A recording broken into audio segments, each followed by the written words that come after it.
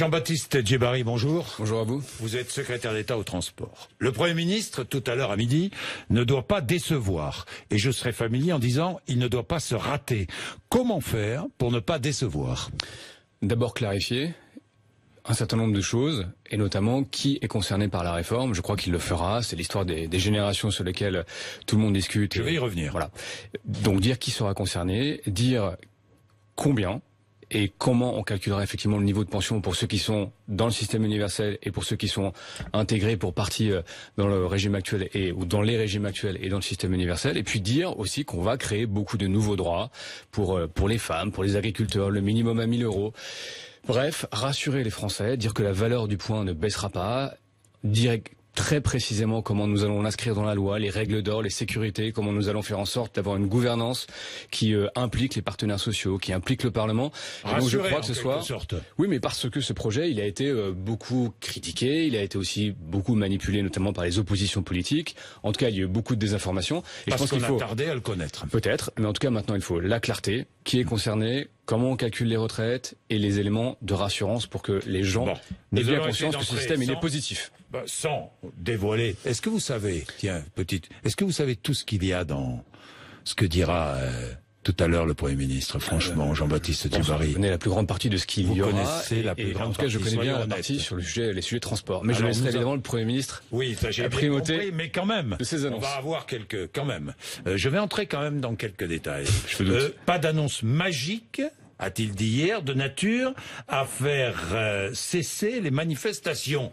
Alors, rien de mieux pour inquiéter les Français. Franchement, je pense que c'est ce qu'a dit le Premier ministre. Si on se dit la vérité, oui, vous avez notamment des syndicats qui sont viscéralement contre la réforme. Moi, je discute quasiment quotidiennement avec eux. La CGT, Sudrail, qu'on voit à longueur de plateau, et c'est très bien, c'est leur droit, mais qui demain, comme aujourd'hui et comme hier, seront contre le principe même d'un régime universel par répartition et par points. Ils sont contre aujourd'hui, ils seront contre demain, quelles que soient les annonces. Et c'est ça, je pense, le vocable pas d'annonce magique. En revanche, il y a d'abord quantité de Français qui soutiennent ce projet. Moi, je veux le dire, je reçois certains qui d'ailleurs se réclament de la France silencieuse, mais qui disent nous avons absolument besoin d'aller vers un régime universel. Et puis, il y a les Français qui seront rassurés par les éléments que le Premier ministre va soumettre à leur appréciation à midi au Conseil économique et social. Bien, première précision, pas de mesure d'âge avant 2022, si j'ai bien compris. Mesure d'âge, comprenez. Là, vous parlez de l'équilibre d'une manière générale l'équilibre financier du régime. Rien avant 2022.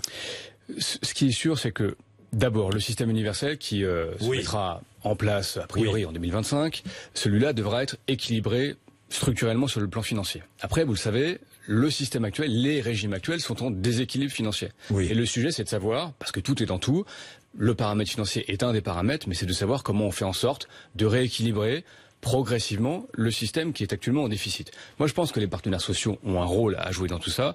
Le Premier ministre détaillera précisément comment il entend traiter ce sujet de déséquilibre financier. Mais je pense que rationnellement, personne ne peut se convaincre qu'un système juste, c'est un système qui est en déséquilibre financier. La réforme peut-elle passer aujourd'hui sans le soutien de la CFDT? Moi, je souhaite que les syndicats progressistes, c'est-à-dire la CFDT, l'USA, à la fois dans les entreprises, mais aussi au niveau confédéral, continuent à être des partenaires du dialogue social. Ils viennent aux réunions, ils ont des demandes, ils sont exigeants, et moi je souhaite qu'effectivement les choses puissent se construire avec eux. Laurent Berger sera mon invité demain matin à votre place, 8h35, 9h. Ce sera un moment clé, je dis bien un moment clé. Lui ne veut absolument pas de mesures financières avant la mise en place de la retraite à points. Il n'en veut pas. Vous répondrez à cette inquiétude? Je dis, sur l'équilibre financier, il y a plein de façons de le faire, et il y a compris des façons de faire qui impliquent très fortement les syndicats. J'ajoute que, s'agissant de la CFDT, elle a des demandes très précises, et Laurent Berger parle énormément de pénibilité, et il a raison. On va en parler. Et ce sont des mesures qui seront aussi au cœur de la réforme, ou de la refondation du système de retraite. Alors, le régime universel ne concernera que les salariés nés à partir de 1975. C'est l'histoire de la génération. Je ne sais pas si l'année retenue sera 1975 ou une autre. En tout cas, ce qui est sûr, c'est que des contacts directs que j'ai pu avoir avec les Français et dans les entreprises publiques, il y a un sujet de contrat moral. Autrement dit, c'est différent d'être dans une boîte depuis 2 ans, depuis 3 ans, depuis 5 ans, parce qu'en fait, vos arbitrages, vous les faites, vos choix de vie personnelle, vous les faites sur la rémunération, sur les conditions de travail, parce que vous voulez habiter ou travailler ailleurs. Vous ne les faites pas, ces choix sur la base du régime de retraite futur. C'est pas vrai, pas à 2 ans, 3 ans d'ancienneté. En revanche, quand vous êtes à 5 ans, à 10 ans, et que vous êtes effectivement à 10 ans de la retraite, eh bien, le régime spécial que vous avez contracté, la retraite d'une manière générale, devient un élément tout à fait important. Et donc nous respecterons, le Premier ministre l'a dit à plusieurs reprises, nous respecterons cet esprit, nous respecterons ce contrat social. Et donc c'est l'histoire de la génération. Avant d'entrer dans les régimes spéciaux, de voir comment... Oui. Non, mais d'une manière générale, nous respecterons. D'une manière générale. C'est bien ça que il y aura donc un âge... On est bien d'accord. Moi, je dis 1975. Non, c'est parce que c'est l'âge. Je prends. C'est le bon âge ou pas, 1975 Vous savez que le rapport de Levoy dit 1963 comme âge de proposition. Et que le Premier ministre a dit, nous irons chercher des transitions plus longues. Voilà. Il avait parlé de 10 ans, de 15 ans, etc. Donc j'imagine que c'est dans cette fourchette-là. Voilà, 1975, on prend les paris. On prend les paris, allez. On prend les paris, qui va gagner, vous, moi? On verra. Oui, c'est-à-dire je vais gagner. Non, je vais gagner, là. Bon, je vais gagner. Ça veut dire quoi? Ça veut dire que nous serons concernés par la réforme, la nouvelle réforme, que ceux qui ont moins de 44 ans.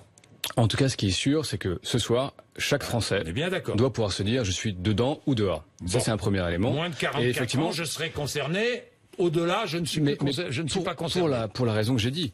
Pour la raison que j'ai dit, c'est-à-dire que respect du contrat moral, quand vous êtes effectivement à X années de la retraite, 10 ans, 12 ans, la retraite pour vous c'est important, c'est vrai dans les régimes spéciaux. Ça fait 18 ans de la retraite, à 18 ans de la retraite. Bon, respect du contrat moral.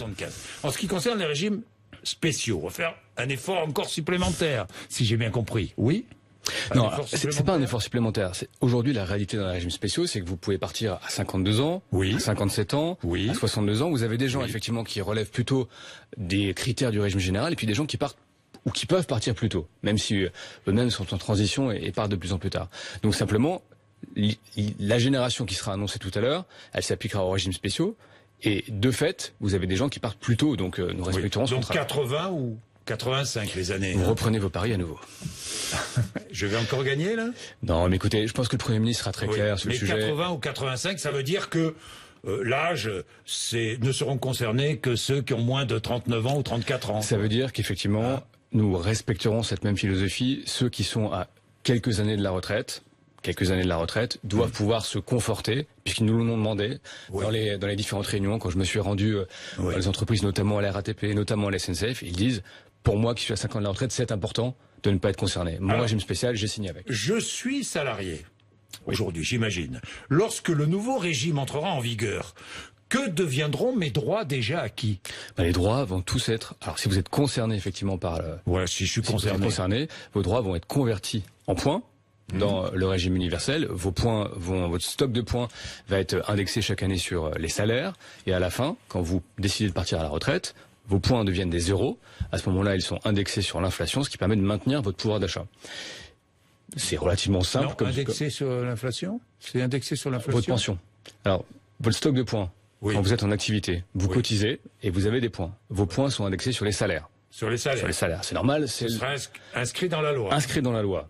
Les points indexés sur les salaires ne pourra pas baisser. Son activité professionnelle. Le point ne pourra pas baisser et quand vous travaillez, vous cotisez, vous acquérez des points, vos points sont indexés sur les salaires. Vous partez à la retraite, vos points deviennent des euros et vos euros sont indexés sur l'inflation. L'inflation, c'est le niveau de vie. Et pourquoi pas encore sur les salaires, les points parce que ce qui nous compte, avons accumulés, qui serviront de pension? Parce que ce qui compte quand vous êtes à la retraite, c'est de pouvoir maintenir votre niveau de vie. Votre niveau de vie, vous d'accord, mais sur les salaires, c'est mieux que sur l'inflation. Système de solidarité entre les générations. Vous savez que tout ça doit tenir financièrement et que le bon équilibre, c'est de dire toute votre vie, vous travaillez et pour le coup, y compris quand vous êtes au chômage, en invalidité, quand vous êtes en maternité, vous acquérez des points, ce qui n'est pas le cas du système actuel. Vous avez un stock de points, il est indexé sur les salaires. Vous partez à la retraite. On est bien d'accord. Maintien de votre pouvoir d'achat. J'accumule des points qui sont indexés sur les salaires. Et nous l'écrirons dans la loi. Règle d'or. Ce sera écrit, règle d'or dans la loi, ce sera écrit. Absolument. Ça, c'est très important. Et la pension indexée sur le coût de la vie, l'inflation. De manière à maintenir le pouvoir d'achat. Bon, est-ce que le régime universel, le nouveau régime, pourra commencer plus tôt, avant 2025, pour ceux qui entrent sur le marché du travail? C'est une des mesures qu'annoncera Édouard Philippe. Il dira effectivement si c'est le cas, et si c'est le cas, quand. Mais je crois que l'esprit... Ça, c'est très important. C'est très important. C'est-à-dire que, ça c'est une information que vous nous donnez, le régime universel commencera avant 2025 pour ceux qui entrent sur le marché du travail. Je dis que le Premier ministre s'exprimera sur le sujet. Non, je dis qu'il s'exprimera sur le sujet. Mais c'est important de dire... Non, j'ai dit qu'il annoncera des nouveaux droits.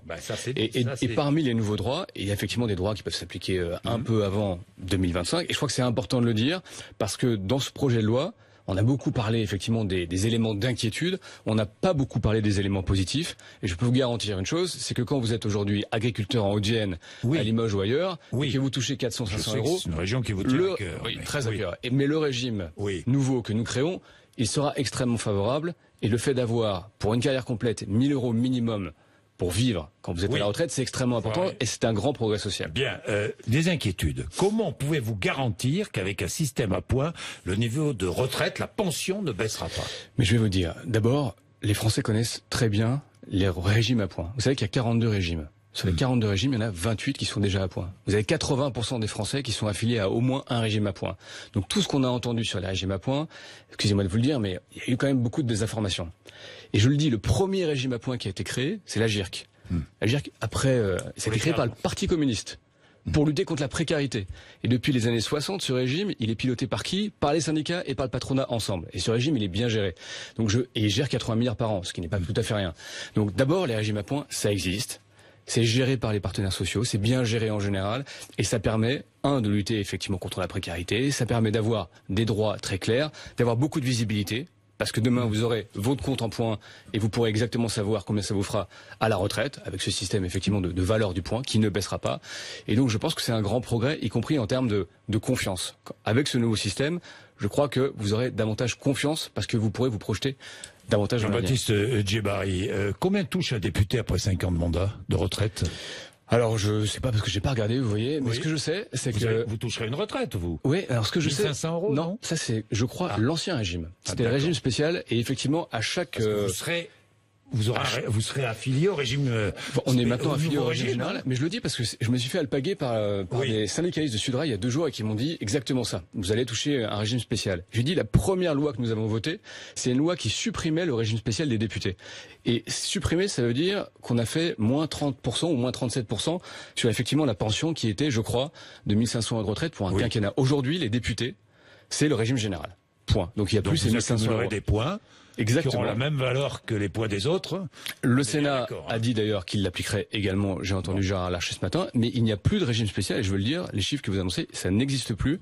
Et la République En Marche l'a voté pour elle-même début 2017. Beaucoup de franciliens notamment galèrent vraiment, c'est difficile pour eux. Pourquoi est-ce qu'il n'y a pas de réquisition possible dans les transports publics, franchement? D'abord parce que annoncer une réquisition à 10 jours de la grève, c'est un message politicien, mais que ça n'a aucune opérationnalité, aucune valeur pratique. Oui, parce ensuite, qu'il faut changer la loi. Non, mais ensuite, les réquisitions pour les conducteurs, on va se le dire franchement aujourd'hui, vous allez prendre 140 gendarmes pour aller chercher 40 conducteurs qui vont être positionnés au mauvais endroit. Bref, c'est une usine à gaz. Les régimes, le service minimum, ça existe, par exemple dans le contrôle aérien, parce que vous avez des travaux, près des tours de contrôle, les gens sont localisés. Oui, bien sûr, il y a tous ces systèmes-là. Ces différents régimes, ils sont connus du ministère des Transports, ils ont été étudiés. Nous pensons jusqu'à présent que la loi de 2007, quand elle est respectée, permet... Suffisante. En tout cas, elle permet, de bien informer les passagers. Et je dis pas que c'est le Pérou. Vous ne changerez pas la loi.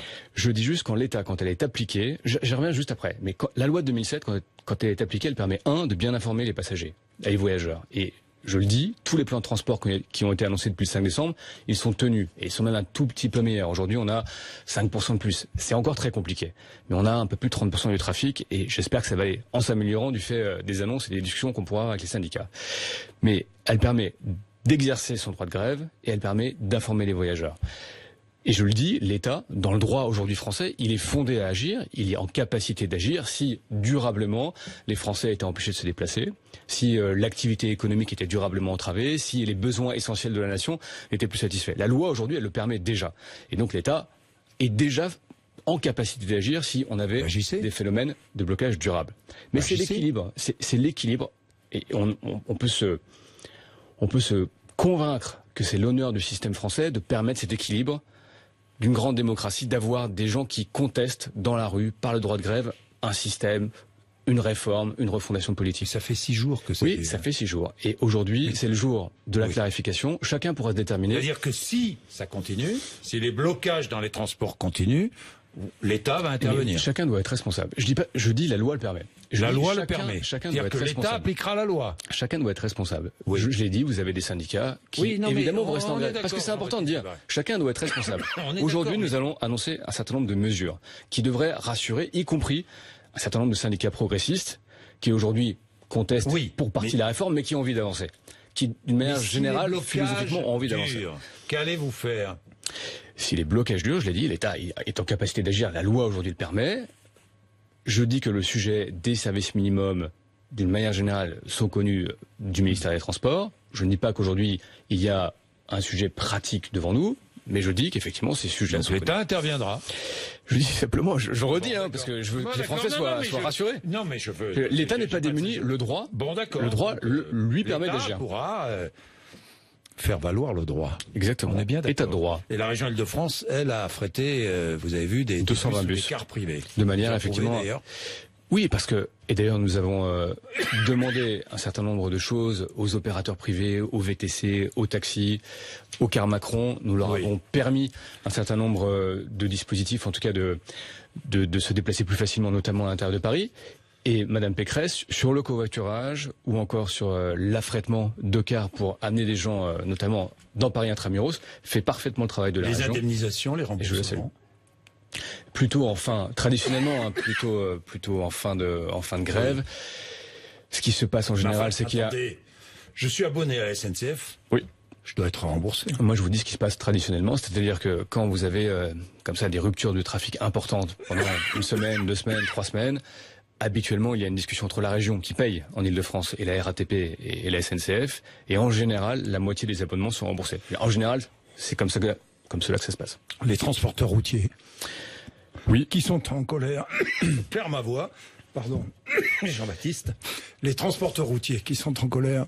Les transporteurs routiers, alors vous avez 2 choses, vous avez effectivement une organisation patronale avec qui nous discutons depuis très longtemps, l'OTRE, qui ils sont en colère, avec qui on discute, avec qui on continue de discuter. Moi, je leur ai proposé à l'ensemble du secteur routier de faire la stabilité fiscale pendant 3 ans, d'avoir un vrai contrat de transition. Vous savez, leur sujet, c'est l'instabilité. Ils nous disent chaque année, nous retrouvons un peu devant un mur fiscal, les règles changent, et c'est devenu insupportable pour nous.